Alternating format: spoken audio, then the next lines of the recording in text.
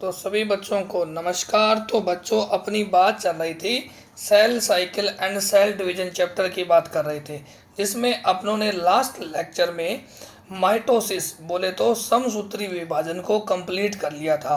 ठीक है ना, जिसमें अपनों ने देखा था कि एक सेल से दो सेल कैसे बनती है। ठीक है, तो वो अपनों ने समसूत्री विभाजन में देख लिया था। आज अपने स्टार्ट करेंगे म्योसिस बोले तो म्योसिस को कहते हैं अर्धसूत्री विभाजन है और समसूत्री को कहते हैं बच्चों माइटोसिस। ठीक है ना, इस बात को थोड़ा सा ध्यान रखना कि माइटोसिस है वो समसूत्री विभाजन है और म्योसिस है वो अर्धसूत्री विभाजन है। ये बड़ा ही इम्पोर्टेंट है। देखो अपनों ने समसूत्री विभाजन की बात की, यानी कि माइटोसिस देख लिया है, जिसमें फाइनल प्रोडक्ट के रूप में दो सेल बनती है, जबकि म्योसिस में फाइनल प्रोडक्ट के तौर पर 4 सेल बनेगी। इस बात को आप अच्छे से नोट कर लेवें कि जब म्योसिस कंप्लीट हो जाएगा तो अपने को फाइनल प्रोडक्ट के रूप में 4 सेल प्राप्त होगी। तो ठीक है बच्चों, अब शुरू करते हैं अपने म्योसिस बोले तो अर्धसूत्री विभाजन। जैसे कि मैं बात करूंगा ह्यूमन सेल की। ठीक है, तो मैंने कहा बच्चों ये अपने पास एक ह्यूमन सेल है और ह्यूमन सेल में 46 क्रोमोसोम पाए जाते हैं, है ना। 23 जोड़े बोले तो 46 गुणसूत्र पाए जाते हैं। ठीक है, तो अब इसमें होगा म्योसिस। क्या होगा बच्चों? म्योसिस। म्योसिस को हिंदी में कहते हैं अर्धसूत्री विभाजन। तो मैंने लिखा म्योसिस। ये अपने पास एक ह्यूमन कोशिका है जिसमें अर्धसूत्री विभाजन होगा। ठीक है, अब देखो मैंने फर्स्ट लिखा है, इसका मतलब जो बाद में होगा वो सेकंड होगा। ठीक है ना।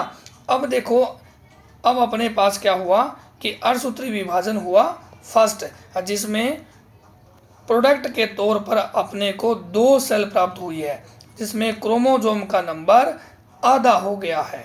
क्या हो गया है? आधा हो गया है, यानी कि 46 गुणसूत्र थे। एक डिप्लॉइड सेल है, ह्यूमन सेल है, जिनमें म्योसिस प्रथम होने के बाद क्रोमोसोम का नंबर आधा हो जाता है।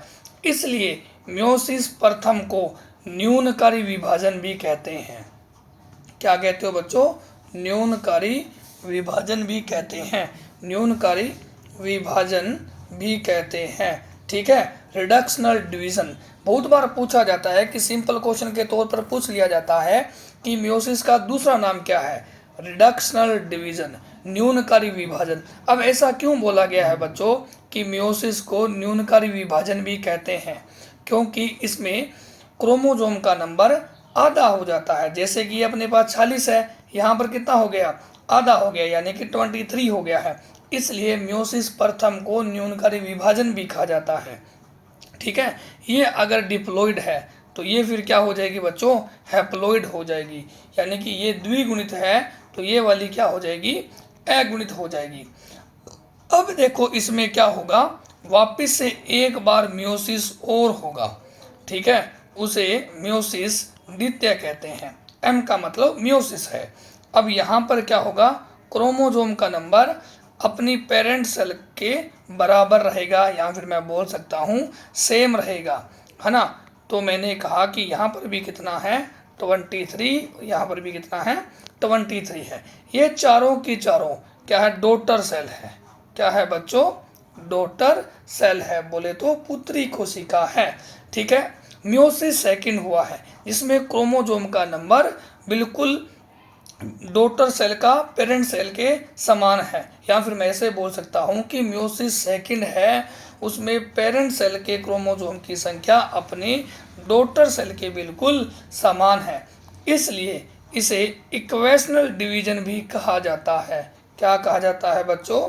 इक्वेशनल डिवीजन भी कहा जाता है। या फिर मैं कह सकता हूं कि ये जो म्योसिस सेकंड है ये बिल्कुल समसूत्री विभाजन की तरह है। देखो समसूत्री विभाजन का दूसरा नाम ही इक्वेशनल डिवीजन है। इसलिए आप दिमाग में सेट कर लेवें कि जो म्योसिस द्वितीय है वो बिल्कुल बिल्कुल माइटोसिस की तरह है, जबकि म्योसिस प्रथम में क्रोमोसोम का नंबर आधा हो जाता है। अगर आप एक सेल में म्योसिस करवाते हो तो प्रोडक्ट के तौर पर कितनी डॉटर सेल बनेगी बच्चों? 4 सेल बनेगी। कितनी बनेगी? 4 बनेगी। जबकि समसूत्री विभाजन में 2 सेल बनती है, जबकि मियोसिस में कितनी बनती है बच्चों? 4 सेल बनती है। ठीक है बच्चों, ये डायग्राम आपको अच्छे से समझ में आया होगा। अब मैं लिखता हूँ कुछ बातें। मैंने कहा कि ये जो मियोसिस है क्यों इवोल्व हुआ है? यह कौन? Meiosis evolve for sexual reproduction, यानी कि यह लैंगिक जनन के लिए उत्पन्न हुआ है। लैंगिक जनन के लिए उत्पन्न हुआ है। याद रखें बच्चों, ह्यूमन में लैंगिक जनन होता है। ठीक है, तो इसका मतलब है कि जब अपनों में ह्यूमंस में गैमीट बनते हैं, ठीक है, गैमीट बनते हैं, तो उसमें मियोसिस होता है। और मियोसिस में बच्चों क्रोमोसोम का नंबर क्या हो जाता है? मियोसिस में क्रोमोसोम नंबर आधे हो जाते हैं, यानी कि गुणसूत्र के नंबर हाफ, मतलब आधे हो जाते हैं। ये अगर किसी सेल में 100 क्रोमोसोम है, एग्जाम्पल के लिए बता रहा हूँ, ठीक है, 100 है, तो अगर आप मियोसिस कराओगे तो फाइनल जो सेल आएगी उसमें क्रोमोसोम का नंबर आधा हो जाएगा। ठीक है, और प्रोडक्ट के तौर पर अगर 1 सेल है तो प्रोडक्ट के तौर पर 4 सेल प्राप्त होगी, है ना, 4 गुना हो जाएगी। अगर 100 सेल है तो मियोसिस कराओगे तो प्रोडक्ट के तौर पर आपके पास 400 सेल प्राप्त होगी। ठीक है, अब एक बार पूछ लिया जाता है कभी कभार कि मियोसाइट क्या होता है? What is meiocyte? ठीक है, मियोसाइट्स, ठीक है, मियोसाइट क्या है? तो मैंने कहा वो सेल जो मियोसिस प्रदर्शित करेगी, यानी कि जिसमें मियोसिस होगा, वो सेल क्या कहलाएगी? वो सेल मियोसाइट कहलाएगी। क्या कहलाएगी बच्चों? मियोसाइट कहलाएगी। अब मैं आपके सामने मियोसिस का डायग्राम बनाता हूँ। ठीक है, ध्यान से समझे कि मियोसिस कैसे चलता है। ठीक है, ये अपने पास डायग्राम है मियोसिस का।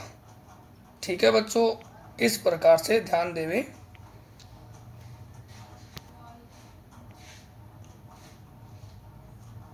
अब देखो ऐसे, अब देखो मैंने कहा कि ये अपने पास जीवन फेज है। इंटरफेज की पहली फेज जीवन फेज होती है। ये एस फेज है। एस फेज में क्या होता है बच्चों? जिसे मैं सिंथेटिक फेज, संश्लेषी फेज भी कहता हूँ, जिसमें डीएनए का रिप्लिकेशन होता है, यानी कि डीएनए दुगना होता है। सीधी सी बात बोल सकता हूँ कि एस फेज में डीएनए का रिप्लिकेशन बोले तो दुगना हो जाएगा। और ये फिर कौन सी फेज आएगी? G2 फेज आएगी। G2 के बाद में फेज आती है मियोसिस फर्स्ट। ये मियोसिस की बात कर रहा हूँ, नोट एम फेज। यहाँ पर एम का मतलब मियोसिस है। मियोसिस फर्स्ट के बाद में ये जो मैंने बीच वाला दिखाया है, ये जो एरिया है, इसे मैं इंटरकाइनेसिस कहता हूँ। इंटरकाइनेसिस, इसे क्या कहते हो बच्चों? इंटरकाइनेसिस, जिसमें डीएनए का रिप्लिकेशन नहीं होता है, जिसमें डीएनए का रिप्लिकेशन नहीं होता है। बच्चों हमेशा याद रखना कि डीएनए का जो रिप्लिकेशन है ऑलवेज एस फेज में होता है। ठीक है, और इंटरकाइनेसिस के बाद मियोसिस सेकंड आती है, जो बिल्कुल एम फेज की तरह होती है, बोले तो समसूत्री विभाजन की तरह होती है। एम यानी कि मियोसिस फर्स्ट। मियोसिस फर्स्ट में क्या होगा बच्चों? डीएनए डिवाइड करेगा, डीएनए डिवाइड होगा, यानी कि डीएनए 50 है तो यहाँ पे कितना हो जाएगा? उसका आधा 25 हो जाएगा। फिर इसमें और डिवाइड करेगा, डीएनए फिर से डिवाइड होगा, यानी कि ये पूरा का पूरा साइकिल बता रहा है मियोसिस को। ठीक है, मियोसिस में डीएनए का रिप्लिकेशन तो एक बार होगा, जबकि डीएनए का डिवीजन 2 बार होगा। इस बात को ध्यान रखना बच्चों, मैं लिख भी देता हूं कि डीएनए का रिप्लिकेशन, ठीक है, डीएनए का रिप्लिकेशन केवल एक बार होता है, वो भी कहाँ पर होगा, सेल साइकिल की एस फेज में। जबकि डीएनए डिवीजन 2 टाइम, दो बार होता है। वो कहाँ पर होता है बच्चों, एक तो मैंने कहा मियोसिस प्रथम और दूसरा मैंने कहा मियोसिस द्वितीय, है ना। मियोसिस प्रथम और मियोसिस द्वितीय दोनों में डीएनए का डिवीजन होगा। क्लियर है, ये बात समझ में आई होगी। इस बात को ध्यान रखें, DNA replication always 1 time in the S phase of cell cycle. Clear है बच्चों, तो आगे चलते हैं। अब देखिएगा, मैंने कहा कि जो मियोसिस है वो सेक्सुअल रिप्रोडक्शन से जुड़ा हुआ है। बिल्कुल सही बात है, मैंने आपको शुरुआत में ही बता दिया कि जो मियोसिस है वो लैंगिक जनन से जुड़ा हुआ है, सेक्सुअल रिप्रोडक्शन से जुड़ा हुआ है, रिप्रोडक्शन से जुड़ा हुआ है। ठीक है, अब क्यों जुड़ा हुआ है, क्योंकि मियोसिस वेरिएशन देता है ना, विभिन्नताएं देता है। वेरिएशन का मतलब होता है बच्चों विभिन्नताएं, वेरिएशन गिव देता है। ठीक है, अब ये देता कैसे है, वेरिएशन तो देता है, अच्छी बात है, कैसे देता है। अब ध्यान रखें बच्चों कि मियोसिस में युग्मन होता है, किसका, क्रोमोसोम का। युग्मन को इंग्लिश में कहते हैं pairing of chromosome and recombination होता है। इनकी वजह से वेरिएशन आता है, और वेरिएशन आना अच्छी बात है बच्चों, वेरिएशन आना अच्छी बात है। अगर वेरिएशन नहीं आएगा तो इन्वायरमेंट तो बदल रहा है, उसके साथ साथ अपने अडोप्ट नहीं हो पाएंगे तो अपने क्या होगा, मतलब कि विलुप्त हो जाएंगे, ख़त्म हो जाएंगे, एक्सटिंक्ट हो जाएंगे। ठीक है, इसलिए टाइम के साथ साथ इवोल्यूशन होना ज़रूरी है, वेरिएशन आना ज़रूरी है। ठीक है, तभी सर्वाइव कर पाएंगे, वरना सर्वाइव नहीं कर पाएंगे। ठीक है, तो meiosis is very very important for sexual reproduction. ठीक है, और ह्यूमन सेक्सुअल रिप्रोडक्शन करता है, इसका मतलब ह्यूमन की नेक्स्ट आने वाली जनरेशन में क्या होगा, रिकॉम्बिनेशन होगा, पेयरिंग होगा, इसलिए उसमें वेरिएशन आएगा और वो अपने पेरेंट्स, अपने मतलब कि माता पिता से सुपीरियर होगी, बोले तो ज़्यादा बढ़िया होगी। ठीक है, अब देखो बच्चों आगे, मैंने कहा मियोसिस यानी कि अर्धसूत्री विभाजन, या फिर इसी का दूसरा नाम न्यूनकारी विभाजन। क्यों कहते हैं इसे, आपके दिमाग में क्वेश्चन आना चाहिए कि मियोसिस को न्यूनकारी विभाजन क्यों कहते हैं। और बच्चों इसका सिंपल सा आंसर है, क्योंकि मियोसिस होगा तो क्रोमोसोम का नंबर आधा हो जाएगा। मियोसिस इज 2 टाइप्स, यानी कि मियोसिस 2 प्रकार का होता है। जो पहले होगा मियोसिस, उसे मियोसिस प्रथम कहते हैं, और जो मियोसिस बाद में होगा उसे मियोसिस द्वितीय कहते हैं। अब मियोसिस आगे फिर 4 टाइप का है। ठीक है, जैसे कि प्रोफेज, क्या बोला बच्चों, प्रोफेज फर्स्ट या प्रथम। फिर मैंने कहा मेटाफेज, क्या कहा बच्चों, metaphase first. 3 number anaphase first, और 4th नंबर अपने पास लास्ट में टेलोफेज फर्स्ट। ठीक है, ये मियोसिस प्रथम की 4 फेज है, और इसी प्रकार से मियोसिस सेकंड में क्या होगा बच्चों, प्रोफेज सेकंड।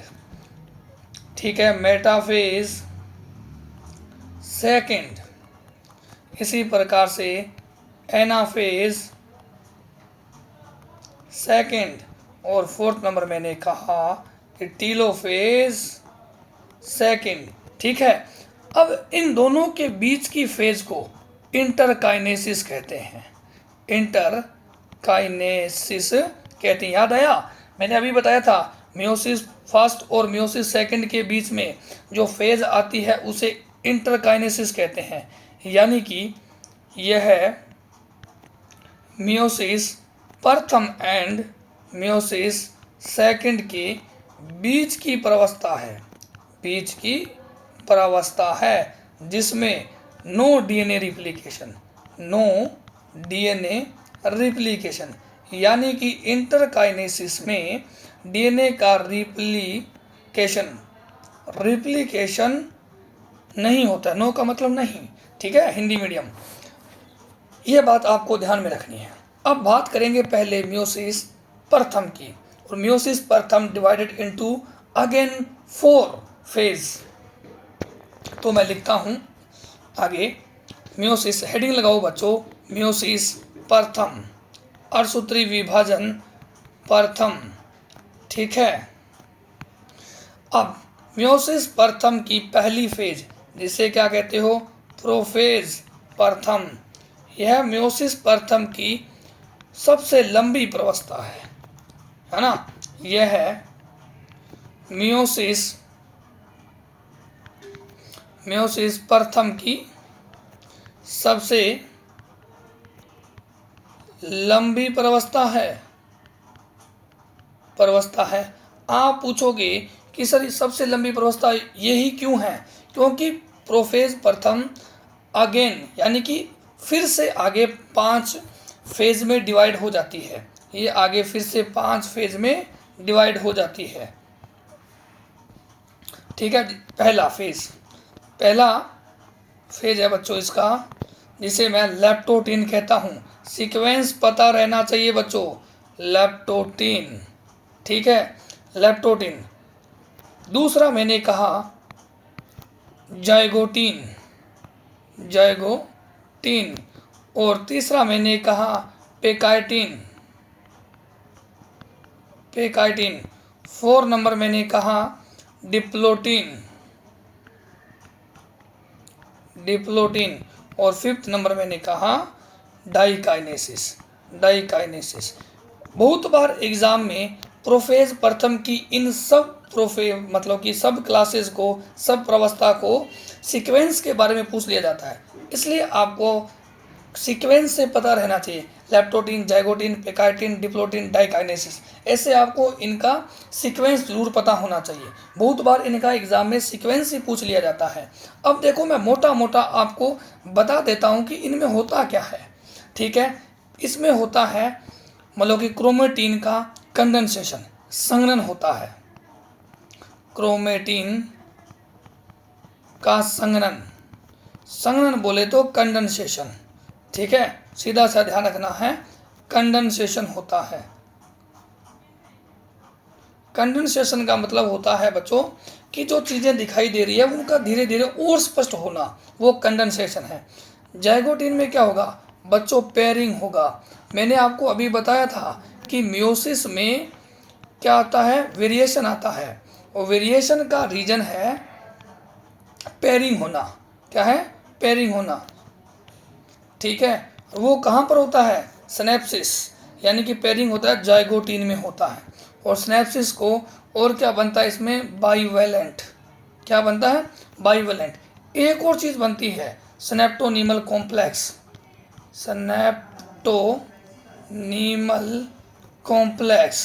स्नैप्टोनीमल कॉम्प्लेक्स बनता है। ये देखो, ये पेयरिंग रही जो जाइगोटीन में होती है। पेकाइटिन में क्या होता है, रिकॉम्बिनेशन नोड्यूल बनती है, रिकॉम्बिनेशन नोड्यूल फॉर्म होती है, नोड्यूल फॉर्म आकर, ठीक है। मैंने आपको बताया था कि पेयरिंग और रिकॉम्बिनेशन होने की वजह से मियोसिस वेरिएशन देता है, ठीक है। डिप्लोटीन, अब डिप्लोटीन में क्या होता है, डिसोल्यूशन ऑफ स्नैप्टोनीमल कॉम्प्लेक्स, यानी कि जो स्नैप्टोनीमल कॉम्प्लेक्स जाइगोटीन में बना था, अब वो विघटित हो जाएगा डिप्लोटीन में। प्लस और क्या होता है इसमें, कियाज्मेटा बनता है। वेरी वेरी इंपॉर्टेंट, बहुत बार पूछा जाता है कि कियाज्मेटा कौन सी फेज में बनता है, ठीक है, तो वो बनता है डिप्लोटीन में, ठीक है बच्चों। तो डाइकाइनेसिस में क्या होता है, टर्मिनलाइजेशन ऑफ कियाज्मेटा, यानी कि क्याज मेटा का उपांति भवन, ठीक है, टर्मिनलाइजेशन, क्याज मेटा का उपांति भवन, ठीक है, टर्मिनलाइजेशन होता है। ये बात आपको ध्यान में रखनी है, ठीक है। ये आपको मैंने मोटा मोटा प्रोफेज प्रथम के बारे में बता दिया है। मेन यही है, क्योंकि म्योसिस सेकंड तो बिल्कुल एज टू एज समसूत्री विभाजन की तरह है। इसका मतलब म्योसिस में अपने को पढ़ना क्या है, केवल और केवल म्योसिस प्रथम ही पढ़ना है, सेकंड तो बिल्कुल एम फेज की तरह है। बात इतनी सी फर्क है कि एम फेज में 2 सेल बना था प्रोडक्ट के तौर पर, जबकि म्योसिस सेकंड जब कंप्लीट होगा तो अपने को अंत में प्रोडक्ट के तौर पर 4 सेल मिलेगी बच्चों। कितनी सेल? 4 सेल मिलेगी, ठीक है बच्चों। तो ये अपने लिए आज के लिए इतना बहुत ज़्यादा सफिशियंट है। ज़्यादा पढ़ेंगे तो क्या तो बोर हो जाता है, इसलिए मैं थोड़ा थोड़ा लगभग आधे घंटे की क्लास 20 मिनट की क्लास डालता हूँ, ताकि आप बोर ना हो जाओ, ठीक है। एनसीईआरटी को पढ़ते रहें, क्वेश्चन भी सॉल्व करते रहें। क्वेश्चन लगाना बहुत ज़रूरी है, PYQs करना बहुत ज़्यादा ज़रूरी है, ठीक है बच्चों। तो कोई डाउट आए तो आप कमेंट कर सकते हो, ठीक है। तो चैनल को लाइक करें, सब्सक्राइब करें और शेयर करें अपने मित्रों के साथ। तो जय हिंद, जय भारत, मिलते हैं अगली क्लास में।